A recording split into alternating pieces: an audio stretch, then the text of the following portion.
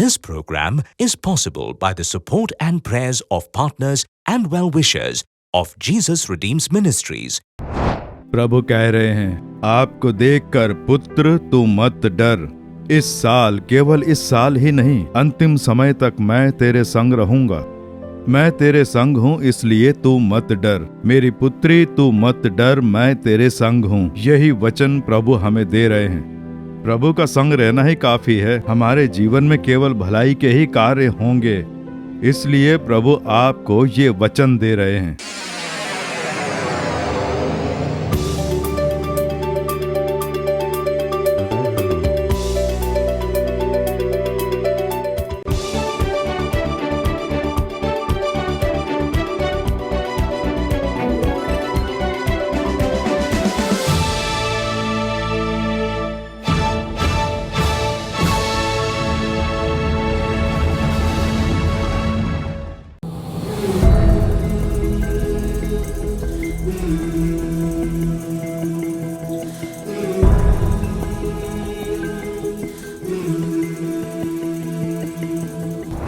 मेरे प्रिय मित्रों, यीशु मसीह के नाम से आप सबको मेरी ओर से नव वर्ष की शुभकामनाएं। ये 2022 का साल, इसमें आपके जीवन में आशीर्वाद व चमत्कार निरंतर आए, वैसे प्रभु क्रियाएं करेंगे।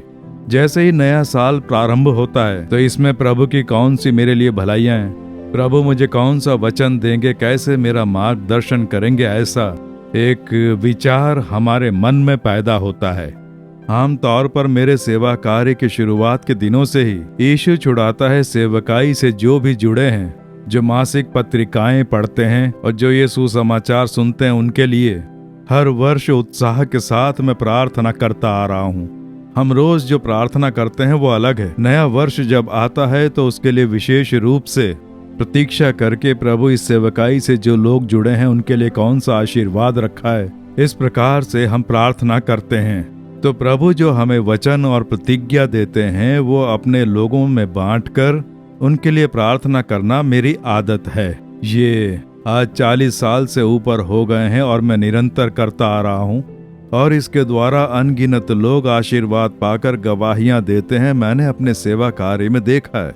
ये वचन मेरे लिए है, वो मुझसे बात कर रहे हैं बोलकर। जो लोग प्रार्थना करते हैं उनके लिए वो चमत्कार करते हैं।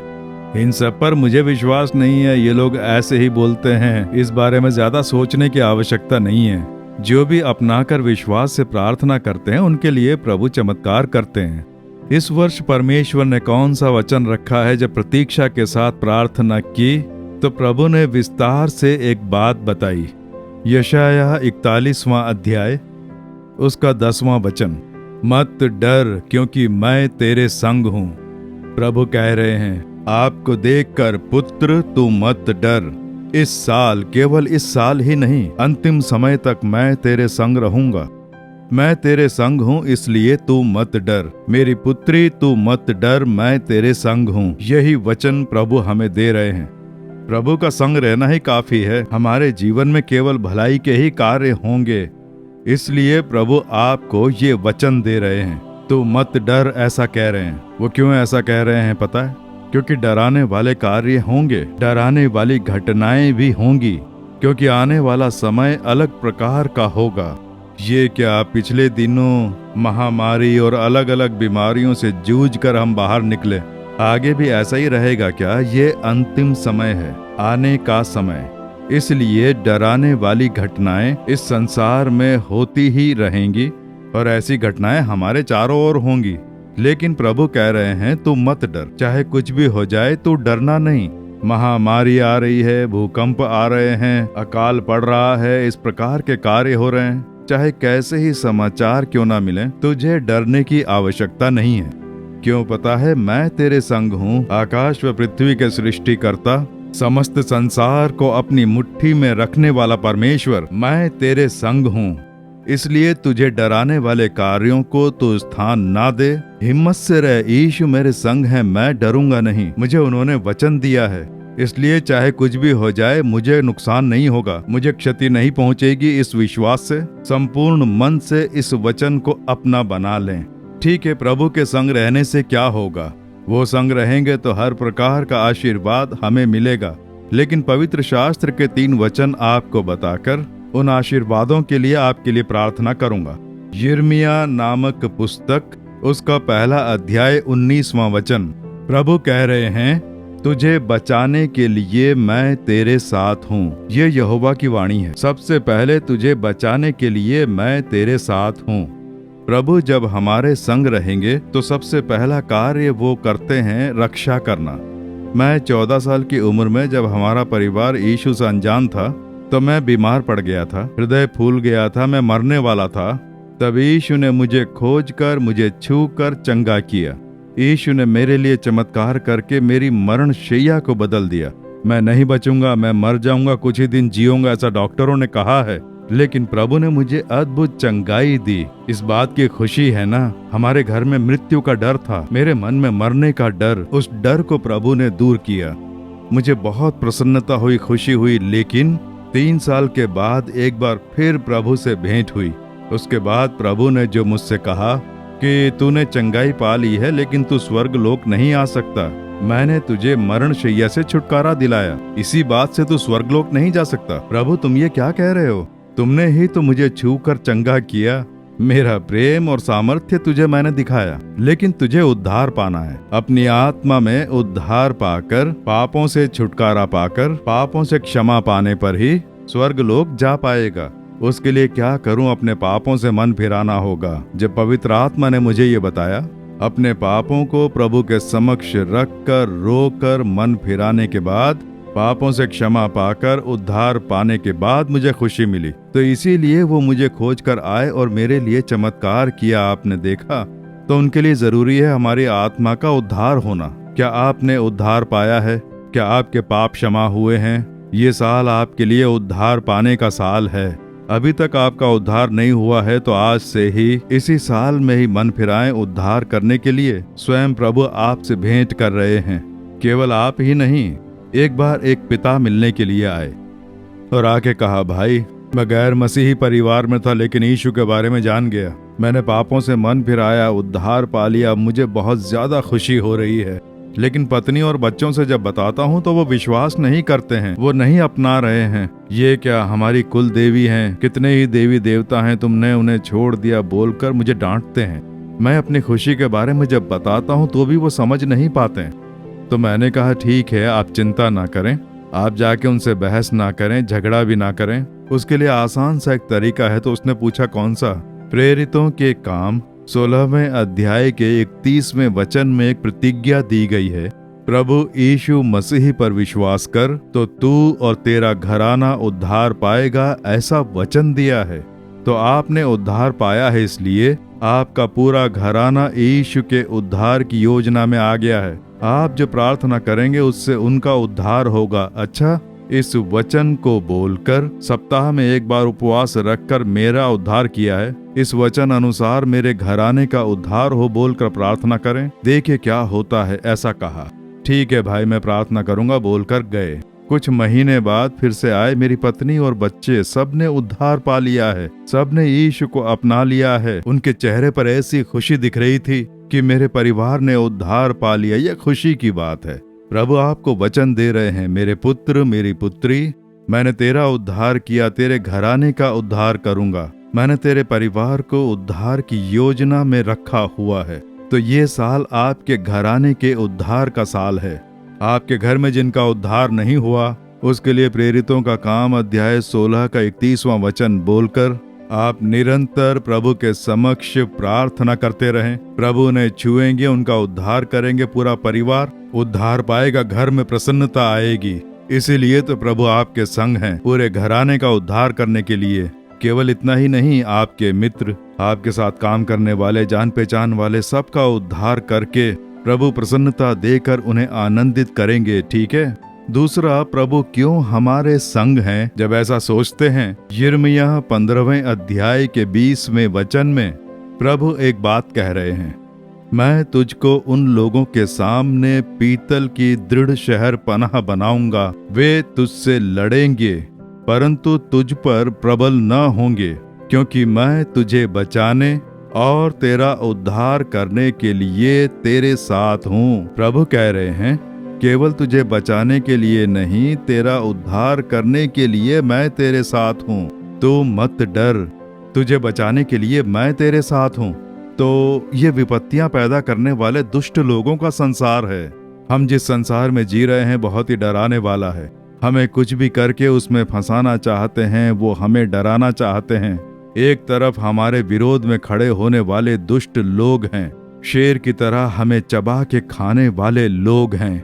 दूसरी तरफ हमें पूरी तरह नष्ट करने के लिए शैतान है, कुछ भी करके हमसे पाप करवाना चाहता है, हमें नष्ट करना चाहते हैं, कार्य में नुकसान करना चाहते हैं, हमें डराना चाहते हैं। हमारे विरोध में कार्य करने वाले मनुष्य ही नहीं, हमारे विरोध में जादू टोना, तंत्र मंत्र, ऐसे कितने ही कार्य हैं। और प्रभु कह रहे हैं कि ये संसार ऐसा ही है, लेकिन तू मत डर, मैं तेरे संग हूँ। तुझे बचाने के लिए शैतान चाहे कितना ही तेरे विरोध में खड़ा हो जाए, मैं तुझे बचाने के लिए तेरे संग हूँ, ऐसा प्रभु कह रहे हैं। दानियल का 6वां अध्याय यदि आप पढ़ेंगे, दानियल को परमेश्वर ने उन्नत बनाया। दूसरे देश में जब उसे ऊंचे स्थान पर बैठाया तो उस देश में दूसरे जो अधिकारी थे वो उससे ईर्ष्या करने लगे। ये क्या इसे हमसे ऊंचा बना दिया? राजा सिर्फ इसे ऊंचा बनाते हैं, ये तो दूसरे देश से यहाँ आया है, हम तो इसी देश के रहने वाले हैं, लेकिन इसकी ही उन्नति हो रही है, इसे नष्ट करना होगा। इस प्रकार उससे नफरत करके उसे सिंहों की मांद में डलवा कर उसे मारने की साजिश रचाई। ये कितनी बड़ी विपत्ति है। वो एक ईमानदार था, यहोवा से डर के जीता, कभी किसी का बुरा नहीं किया। दानियल अपना काम ईमानदारी से करता था, लेकिन उसे भी खत्म करने की विपत्ति आती है। क्या आपकी जगह पर ऐसा है? काम की जगह, पढ़ाई की जगह, परिवार या जहाँ बिजनेस करते हैं, आपका गांव या सेवकाई की जगह, आपसे ईर्ष्या करने वाले सेवक भी खड़े होते हैं। आपको मारने के लिए, नष्ट करने के लिए, दूर भगाने के लिए विरोध करने वाले खड़े हो जाते हैं। ये सब होता है। यीशु को जान से मारने के लिए धर्म के ठेकेदारों ने प्लान किया। बाइबल हाथ में रखने वालों को भी देखा, यीशु को जान से मारने के लिए प्लान किया, बाइबल में लिखा है। इस प्रकार के दुष्ट मनुष्य आज भी हैं। उनके हाथ में बाइबल होगी, यीशु का प्रचार भी करते हैं और किसी को नष्ट करने की योजना भी बनाते हैं। लेकिन प्रभु कह रहे हैं, मैं तुझे बचाऊंगा। कोई कैसी भी योजना बनाए, चाहे कोई तेरे विरोध में खड़ा हो जाए, मैं तुझे बचाऊंगा, इसलिए तू मत डर। परिस्थिति को देखकर मत डर। दानियल को सिंहों की मांद से बचाया। राजा कहता है, दानियल तो रात दिन प्रार्थना करता है, तेरा परमेश्वर तुझे बचाने में सामर्थ्यशाली है। एक राजा ऐसा बोल के उसका हौसला बढ़ाता है। यहोवा बचाने में सामर्थ्यशाली है। इस साल आपको बचा लिया जाएगा। अभी तक जो निरंतर विपत्ति आ रही है उससे बचा लेंगे, उपद्रवों से आपको बचा लेंगे, कर्ज की समस्याओं से आप बच जाएंगे, निंदाएं और संकट से आप बच जाएंगे, मनुष्यों के द्वारा सताए जाने से आप बच जाएंगे। शैतान द्वारा लाने वाला उपद्रव, जादू टोना, संकट, तंत्र मंत्र, हर प्रकार की विपत्ति से प्रभु आपको बचाएंगे। वो कह रहे हैं, मैं तेरे साथ हूँ, तू मत डर। इस प्रकार से यीशु वचन दे रहे हैं। आज से कई साल पहले मुझे एक सच्ची घटना के बारे में याद है। एक पति पत्नी, वो भाई बैंक में काम करते थे, इसलिए बैंक हर 3 साल में उनका ट्रांसफर करती थी। इंडिया के कई कोनों में वो गए। तब उन्होंने सोचा कि रिटायरमेंट के टाइम पर हमारा अपना घर होना चाहिए, इसलिए अपने ही गांव में एक घर बनवाया। चलो अभी तो नौकरी कर रहा हूँ, रिटायर्ड होने में कई साल और लगेंगे, तब तक किसी को किराए पर दे देता हूँ, वही घर भी संभालेगा। और एक किराएदार रख लिया। एक परिवार आकर उसमें रहने लग गया और इस बीच कई साल बीत गए। ये रिटायर हो गए।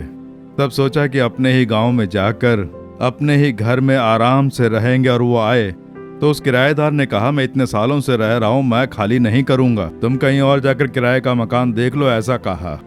ये क्या, हमने कितनी तकलीफ उठाकर ये घर बनाया, हमारी संपत्ति, रिटायर्ड होने के बाद हम घर में आराम से रहेंगे सोचकर ही तो ये घर बनवाया। प्रभु ने घर बनवा कर दिया, सोच के कितने खुश थे। और ये आदमी घर खाली नहीं कर रहा है। उन्होंने बहुत कोशिश की और वो आदमी बहुत ही तेज है। जान पहचान वालों को रखकर भी बात की, लेकिन वो टस से मस नहीं हुआ। सबको धमकाने लगा, मैं इतने साल से रह रहा हूँ, अब ये घर मेरा हो गया है, इस तरह से वो बोलने लगा। ये बहुत दुखी हो गए, माता पिता दोनों दुखी हो गए। ये तो बहुत ही दुष्ट आदमी लग रहा है, हमारी जायदाद हड़पना चाहता है। और वो घर हड़पने की कोशिश करता है। उसके लिए क्या क्या करना है, किससे जाकर मिलना है, कौन इस तरह का धोखाधड़ी का काम करता है। इन लोगों ने देखा कि ये किसी की भी बात नहीं मान रहा है। हमारा घर हाथ से नहीं जाना चाहिए, अब क्या करें, हमारी कोई मदद नहीं कर रहा है, अब तो बस प्रभु हैं। दोनों ने घुटनों पर बैठकर प्रार्थना की, प्रभु ये घर तुमने बनवा कर दिया, ये तुम्हारी दी हुई संपत्ति है, ये बेईमानी करके वो हड़पना चाहता है, हमारा घर हमें दिलवाओ बोलकर उन्होंने प्रार्थना की।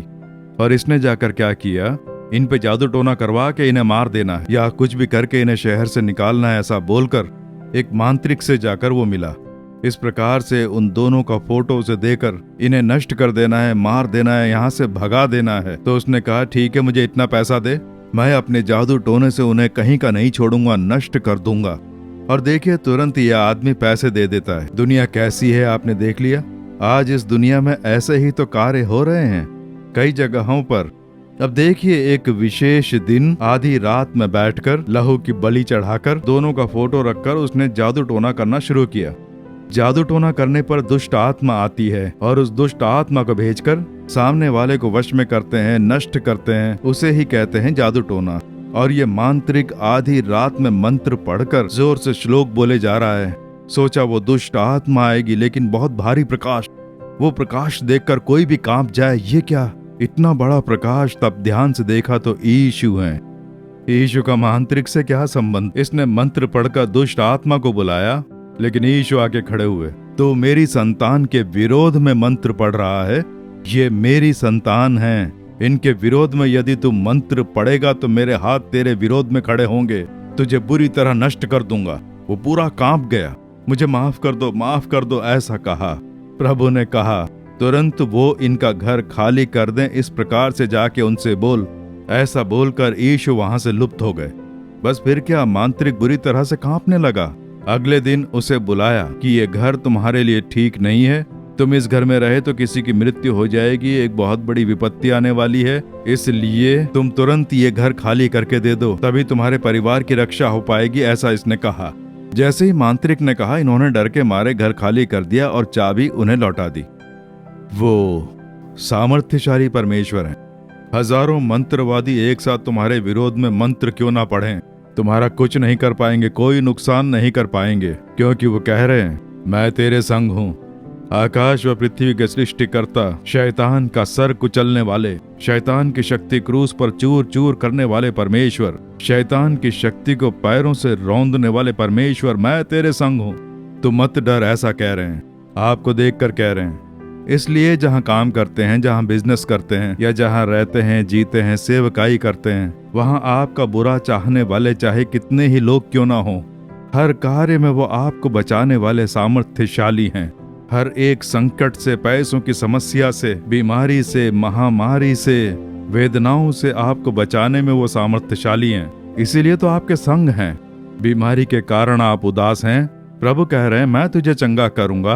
डर के कारण आप बुरी तरह उदास हैं, मैं तुझे छुटकारा दिलाने के लिए तेरे संग हूँ। कर्ज की समस्याओं के कारण अपमान, ये सब बदलने के लिए तो तेरे साथ हूँ, तो क्यों डरता है, प्रभु कह रहे हैं। इस साल सारी बुराइयां दूर हो जाएंगी, आप डरिए नहीं, प्रभु आपको बचाएंगे, आपको आशीष देकर चलाएंगे। तीसरा, वो क्यों आपके साथ हैं पता है, यिर्मयाह 1 अध्याय 8वां वचन, तू उनके मुख को देखकर मत डर, क्योंकि तुझे छुड़ाने के लिए मैं तेरे साथ हूँ। किसी को भी देखकर मत डर, तुझे छुड़ाने के लिए मैं तेरे साथ हूँ। मेरे होते हुए तुझे कोई छू सकता है क्या?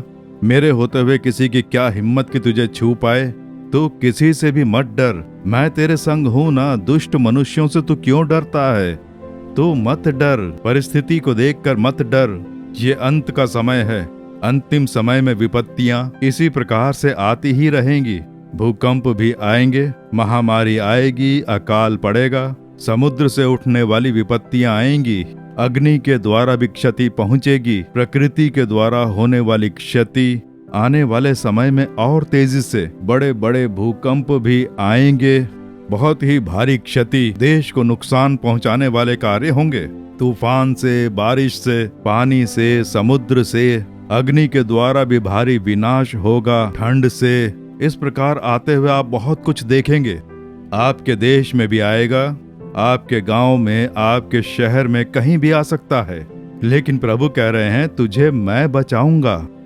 सन 2001 में जनवरी की 26 तारीख को हमारा इंडिया देश हिल गया। ऐसा एक भूकंप आया। याद है आपको, गुजरात के एक हिस्से में कई शहरों को उससे क्षति पहुंची। तो क्षतिग्रस्त लोगों की हमें सहायता करनी चाहिए, इस प्रकार से बोलकर मैं उस जगह पर गया हुआ था। तब मिशनरी देवदास वाले हम लोगों को उस जगह पर लेकर गए थे, वहां जाके क्षतिग्रस्त लोगों की सहायता करने के लिए।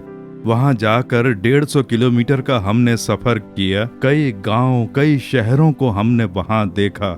देखकर मन बहुत दुखी हुआ। बड़े बड़े मकान भी धाराशायी होकर बिखरे पड़े थे। गांव के गांव तबाह हो गए। लोगों के पास रहने के लिए छत नहीं थी, सब रास्ते पर आ गए। बहुत ही दुखी परिस्थिति थी। वहां पर गांधी धाम नाम का एक शहर है, वो समुद्र के किनारे है। वहां रात के लिए हम एक घर में रुके थे। वहां पर एक बहुत ही प्यारे भाई, वो उस शहर में सरकारी नौकरी कर रहे थे।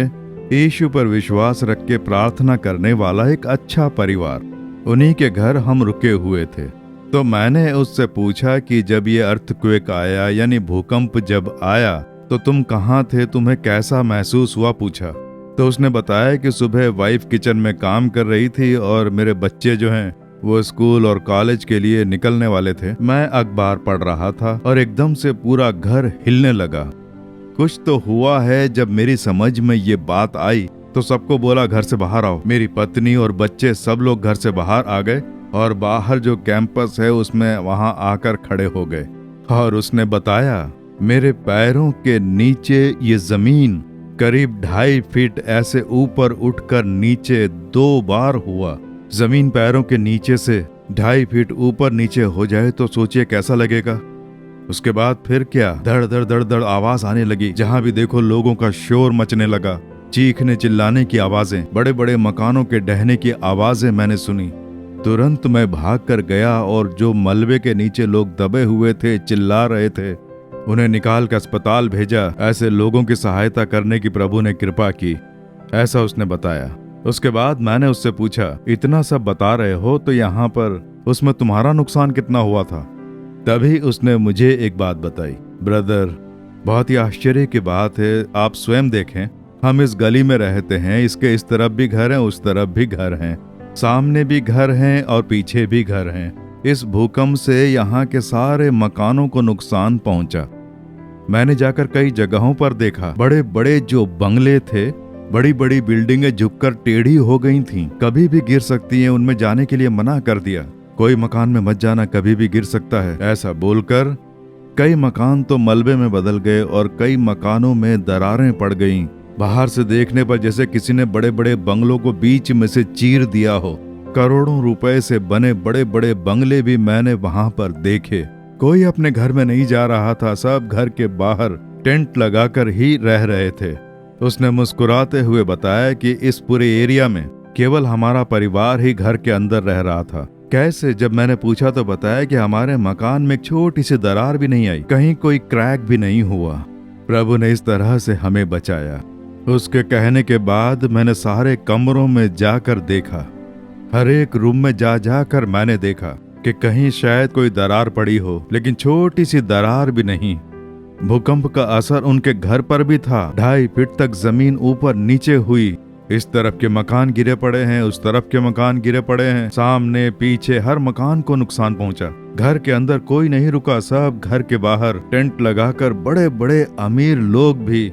और ये सब मैंने स्वयं देखा। उनके उस मकान को मैंने ठीक से देखा, छोटी सी दरार भी नहीं पड़ी। तो कैसे? वही तो है प्रभु की सुरक्षा।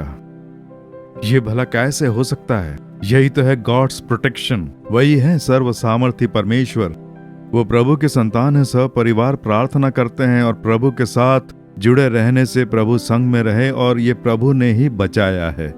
यही तो प्रभु कह रहे हैं, तेरे चारों ओर कितनी ही विपत्तियां आ जाएं, महामारी आ सकती है, अकाल पड़ सकता है, भूकंप आ सकता है, समुद्र की लहरें उठ सकती हैं, प्राकृतिक आपदा आ सकती है, तूफान आ सकता है, कभी भी कुछ भी हो सकता है, पर तुझे बचाने के लिए मैं हूँ। किस परिस्थिति में तुझे कैसे बचाना है ये मैं जानता हूँ। आप उनके संग रहें, ये जरूरी है।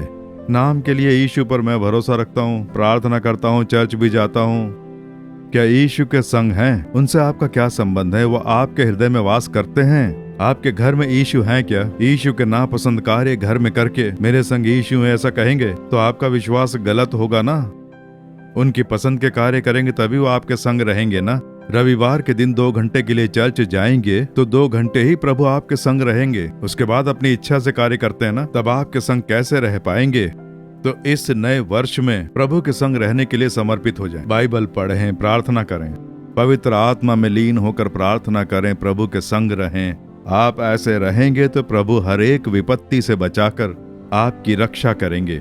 देखिए, स्वयं यीशु ने कहा लूका 21:36 में, इन सब आने वाली घटनाओं से बचने के लिए तुम चाहते हो कि मैं तुम्हें बचाऊं? इन सब से यदि तुम बचना चाहते हो तो जागते रहो और प्रार्थना करते रहो, हमेशा प्रार्थना करते रहो। सुबह के समय स्तुति करके प्रार्थना करें, हृदय से प्रार्थना और स्तुति के बोल निकलते रहें। घर में स्तुति और प्रार्थना की आवाजें आती रहें। काम पे जा रहे हैं, प्रार्थना करके जाएं। काम पर कुर्सी पर बैठ रहे हैं, छोटी सी प्रार्थना करें। बच्चों को स्कूल भेज रहे हैं, हाथ रखकर प्रार्थना करके भेजें। स्कूल से जब घर लौटें तो स्तुति करके प्रार्थना करें। बिजनेस के लिए निकल रहे हैं, प्रार्थना करके यीशु मेरे संग आओ, वचन को बोलकर स्तुति करके निकलें। कोई भी काम करें, प्रार्थना प्रार्थना प्रार्थना, हमेशा यीशु के साथ जुड़े रहें। बच्चों का प्रभु से मेल मिलाप करा के उनके सर पे हाथ रख के प्रार्थना करके ही उन्हें बाहर भेजें। आप यीशु के संग रहेंगे तो वो भी संग रहेंगे। नाम के लिए प्रार्थना करेंगे कि मैं भी मसीही हूँ, तो इससे प्रभु आपके संग नहीं रहेंगे। प्रभु के नापसंद कार्यों से दूर हो जाएं। ये कार्य मुझे नहीं चाहिए, प्रभु मेरी सहायता करो, ऐसा कहें। उद्धार प्राप्त करें, अपने हृदय में उन्हें स्थान दें, पवित्र आत्मा से भर जाएं। रोज बिना बाइबल पढ़े, बिना प्रार्थना करे बाहर ना जाएं। यीशु के संग रहेंगे तो वो कहेंगे, तू मत डर पुत्र, तू मत डर पुत्री, मैं तेरे संग हूँ। अब हम प्रार्थना करें, ये वचन मेरे लिए है, हमारे लिए है, और इस वचन के अनुसार प्रभु मुझे आशीर्वाद देंगे, मेरे परिवार की रक्षा करेंगे, वो हमें बचाएंगे, हमारी रक्षा करेंगे। ऐसे विश्वास से बोलकर प्रार्थना करेंगे। हम प्रार्थना करें, इस नए साल में आपको किससे छुटकारा चाहिए? किस प्रकार की विपत्ति से आप बचना चाहते हैं? किस उपद्रव से आप छुटकारा पाना चाहते हैं? वो कार्य बोलकर चंगाई चाहिए, छुटकारा चाहिए, कर्ज की समस्या दूर हो, रुकावटें दूर हो, कार्य सफल हो, इन कार्यों में चमत्कार होना चाहिए। ये सब अपने मन में लेकर आएं। अब प्रभु के हृदय पर हाथ रख कर कहें, हम तुम्हारे वचन पर विश्वास रखते हैं, तुम हमारे संग रहो, मेरा मार्गदर्शन करो, मुझे आशीर्वाद दो। ऐसी प्रार्थना करें, हम प्रार्थना करें। परम पिता, इन बच्चों को जो तुमने अच्छा वचन दिया उसके लिए तुम्हारी स्तुति हो। तू मत डर, मैं तेरे संग हूँ, ऐसा वचन देने वाले परमेश्वर की स्तुति हो। तुझे बचाने के लिए मैं तेरे संग हूँ, तुमने कहा है। इन बच्चों की रक्षा करो, इनके परिवारों की रक्षा करो, इस नए साल में सबकी रक्षा करो। ये उद्धार का अनुभव प्राप्त करें, ये बच्चे बदल जाएं। आज ही इनके घरों को उद्धार प्राप्त हो, इस वचन अनुसार सबको उद्धार प्राप्त हो। उद्धार की प्रसन्नता, संतुष्टि इनके घरों में आए, ऐसा कुछ करो। प्रभु तुम बचाने वाले परमेश्वर हो, कैसी ही विपत्ति क्यों न आए, अपने इन बच्चों को बचाओ। यीशु मसीह के नाम से बीमारी से इन्हें छुटकारा दिलाओ। कई तरह की निरंतर इनका पीछा करने वाली बीमारी, पीढ़ी दर पीढ़ी आने वाली बीमारी यीशु मसीह के नाम से दूर हो जानी चाहिए। इन बच्चों के विरोध में होने वाला जादू टोना, तंत्र मंत्र, उपद्रव, ये सब यीशु के नाम से नष्ट हो जाना चाहिए। हर प्रकार के डर से इन्हें बचा के रखना, इन्हें छुटकारा प्रदान करना। प्रभु नौकरी में, बिजनेस में, परिवार में शैतान जो लेकर आता है उलझने, मनहूसियत, संकट, इन सब से प्रभु इनको बचाकर इनके मन में प्रसन्नता प्रदान करो। तुम्हारी संतान के विरोध में उठने वाले जादू टोना नष्ट हो जाएं। मनुष्यों की दुष्ट शक्ति यीशु के नाम से नष्ट हो जाए। शत्रुओं के द्वारा आने वाला उपद्रव और संकट नष्ट हो जाएं। इन सब से इन्हें बचाकर प्रसन्न करके इनका मार्गदर्शन करो। हर एक दिन ये चमत्कार देख पाएं। यीशु इनकी रक्षा करे। यहोवा तुझे बचाएगा, तेरी आत्मा को बचाएगा, मार्गदर्शन करके हर रोज तुझे बचाएगा, हर बुराई से दूर करके बचाएगा और पवित्र शास्त्र के वचन वचन अनुसार आशीष देगा। ये अंतिम दिनों की विपत्तियों से इन्हें बचा के रखना। महामारी और भूकंप, अकाल, समुद्र से होने वाली आपदाएं, प्रकृति द्वारा होने वाली विपत्तियां, दुष्ट मनुष्यों से होने वाली विपत्तियां, हर विपत्ति से इन्हें बचा के रखना। बच्चों को बचाना, आने जाने में बचाना, उनकी संपत्ति की रक्षा करना, हर तरह से इनकी रक्षा करके मार्गदर्शन करना। यीशु मसीह के नाम से इन्हें आशीर्वाद प्राप्त हो। तो मत डर, मैं तेरे संग हूँ कहने वाले परमेश्वर इनके मन के अंदर का डर निकाल रहे हैं। प्रभु हिम्मत से चलाएंगे। यीशु मसीह के नाम से प्रार्थना कर रहे हैं परम पिता, आमीन आमीन। प्रभु ने चमत्कार कर दिया। इस वचन को आप रोजाना बोलकर प्रार्थना करें। अब मैं नहीं डरूंगा, तुम मेरे साथ हो, तुम्हारी स्तुति हो, हमारे परिवार में तुम हमारे साथ हो। स्तुति कह के अच्छे से आप प्रार्थना करें। हर रोज आप चमत्कार देखेंगे, आश्चर्यक्रम होंगे, आप प्रसन्नता से भरे रहेंगे। आमीन। For further details and prayer support, contact Jesus Redeems Ministries, Nallumavadi, Tuticorin District, 628211. Our phone number 04435454545. Email info@jesusredeems.org. Our website www.jesusredeems.com. God bless you.